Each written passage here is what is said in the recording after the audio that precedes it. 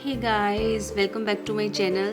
सो friends, आज हम NCERT की बुक 7th क्लास में से Gopal and the hilsa fish chapter को रीड करेंगे। So let's start. इस चैप्टर के अंदर हिल्सा फिश के बारे में बताया गया है कि जो हिल्सा फिश होती है वो किस तरह से ह्यूमन बीइंग के लिए बहुत ही बेनिफिशियल होती है।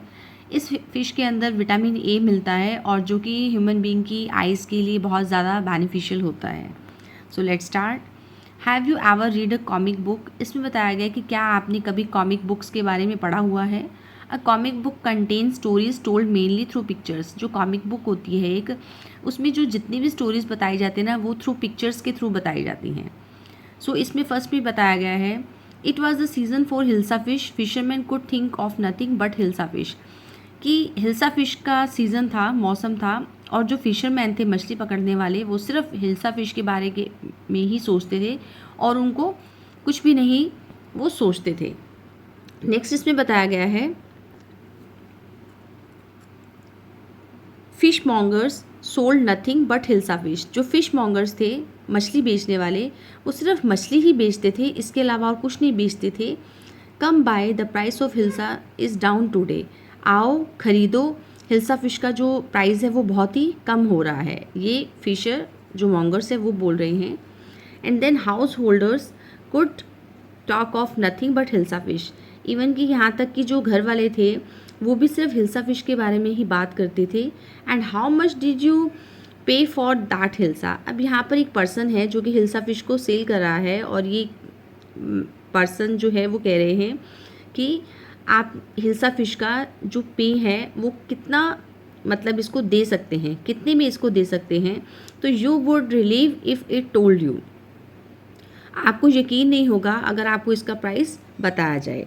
नेक्स्ट में बताया गया है, and in the palace to the courtiers could discuss nothing but hilsa fish. Even कि यहाँ पर जहाँ पर हिल्सा फिश बेच रहे थे वहाँ पर एक दरबार था राजा का, और वहाँ पर इवन कि राजा के दरबार में भी जो सभी कॉर्टियर्स थे, जो कि सभी दरबारी थे, वो भी हिल्सा फिश के अलावा और किसी चीज़ के बारे में बात नहीं करते थे।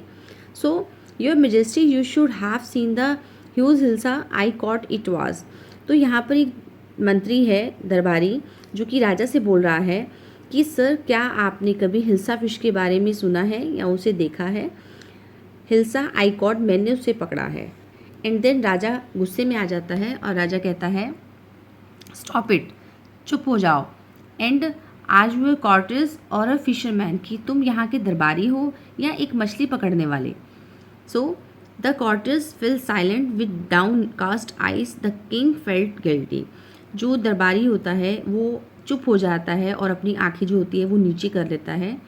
बट जो राजा होता है उसको बहुत ही दुख लगता है। अब वो दुख किस लिए लगता है, आई एम सॉरी, राजा उनसे माफ़ी मांगता है कि मुझे माफ़ कर दीजिए, आई लॉस्ट माई टेम्पर, मैंने अपने गुस्से को खो दिया। And it is the season for hilsa fish and no one. क्योंकि ये जो मौसम है वो है ही हिल्सा फिश का, तो हर कोई जो है वो इसके बारे में ही बात कर रहा होगा।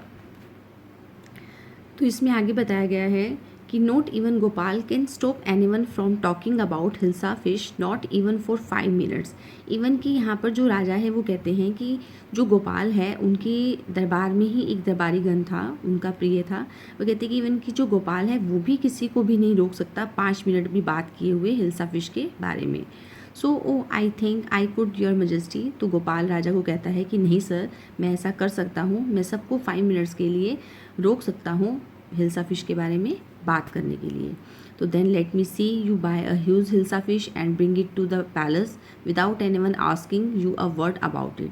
तो राजा और गोपाल जो है वो आपस में शर्त लगाते हैं। राजा कहता है, चलो ठीक है गोपाल, आपको एक हिल्सा फिश को, बड़ी हिल्सा फिश को ख़रीदना है और उसको पैलेस में लेके आना है दरबार में, बिना किसी के यानी कि बातें की हुई। यानी कि जब आप उसको पैलेस में लाओगे तो इस दौरान कोई भी पर्सन हिल्सा फिश के बारे में बात ना करे आपको देख कर।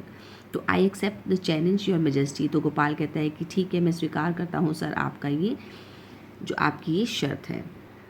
इस तरह से जो गोपाल है वो अपनी शर्त को पूरा करने के लिए वहाँ से चला जाता है। सो फ्रेंड्स, आई होप कि आपको ये पार्ट मेरा समझ में आ गया होगा। तो इसका जो सेकंड पार्ट में मैं आपको इसका नेक्स्ट पार्ट हम करेंगे। Thank you.